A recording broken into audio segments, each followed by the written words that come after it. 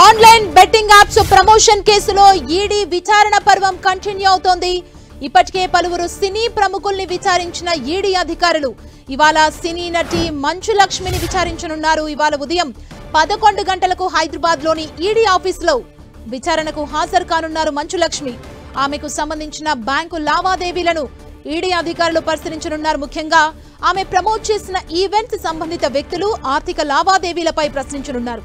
ఇటీవల దగ్గుపాటి రానా, విజయ్ దేవరకొండ, ప్రకాష్ రాజ్ తో పాటు పలువురిని ఈడీ విచారించింది.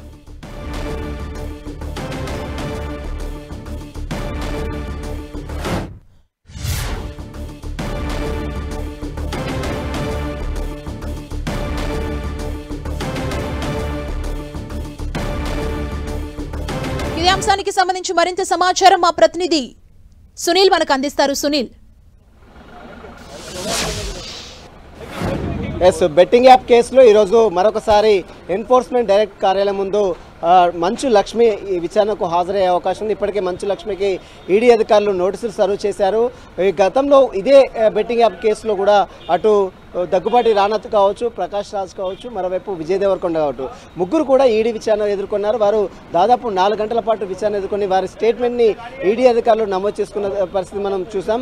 అయితే ఈరోజు గతంలో ఇదే రోజు విచారణకు హాజరు కావాలంటూ కూడా మంచు లక్ష్మి సైతం ఈడీ అధికారులు నోటీసులు రద్దు చేశారు. ఉదయం 11 గంటల ప్రాంతంలో చేసినటువంటి యోలో సంబంధించినటువంటి 247 బెట్టింగ్ యాప్ ప్రమోషన్ సంబంధించిన విషయాలపై కూడా పూర్తి వివరాలు సమర్పించాలి. అక్కడ బెట్టింగ్ యాప్ ప్రమోషన్లో యోలో 247 సంబంధించినటువంటి యాప్లో ఎంత మేరకు మీరు డబ్బులు తీసుకున్నారు, ఏ తరహాలో వీరు ప్రమోషన్స్ చేశారు, వీటన్నిటికి సంబంధించిన వివరాలతో పాటు సంబంధించిన బ్యాంక్ లావాదేవీలు, ట్రాన్సాక్షన్ సంబంధించిన డీటెయిల్స్, బ్యాంక్ అకౌంట్స్ డీటెయిల్స్ అన్ని కూడా తీసుకొని రావాలంటూ కూడా ఇప్పటికే మంచు లక్ష్మికి ఈడీ అధికారులు సూచించిన పరిస్థితి కనబడుతుంది.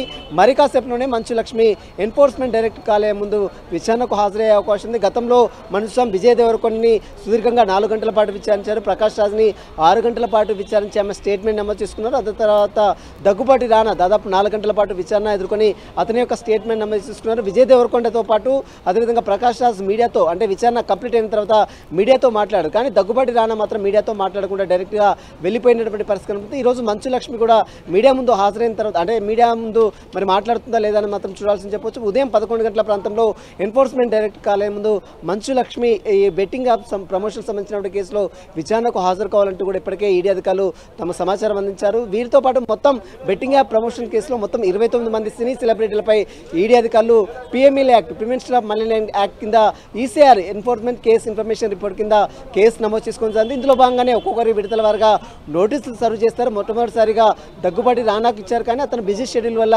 ప్రకాష్ రాజ్ని విచారించారు. ఆ తర్వాత విజయ్ దేవరకొండను విచారించారు. ఇటీవల కాలంలో మనం చూడొచ్చు దగ్గుబాటి రానా విచారించారు. ఈరోజు మంచు లక్ష్మి స్టేట్మెంట్ కూడా ఈడీ అధికారులు నమోదు చేసుకునే అవకాశం ఉంది. మంచు లక్ష్మి మరి ఎలాంటి సమాధానాలు చెప్తారు, ఈడీ అధికారులు అడిగినటువంటి ప్రశ్నలకు బ్యాంక్ ట్రాన్సాక్షన్ సంబంధించిన వివరాలపై కూడా ఎలాంటి క్లారిటీ ఇస్తారని మాత్రం మరి కాసేపులో క్లారిటీ వచ్చే అవకాశం ఉంది. Thank you Sunil.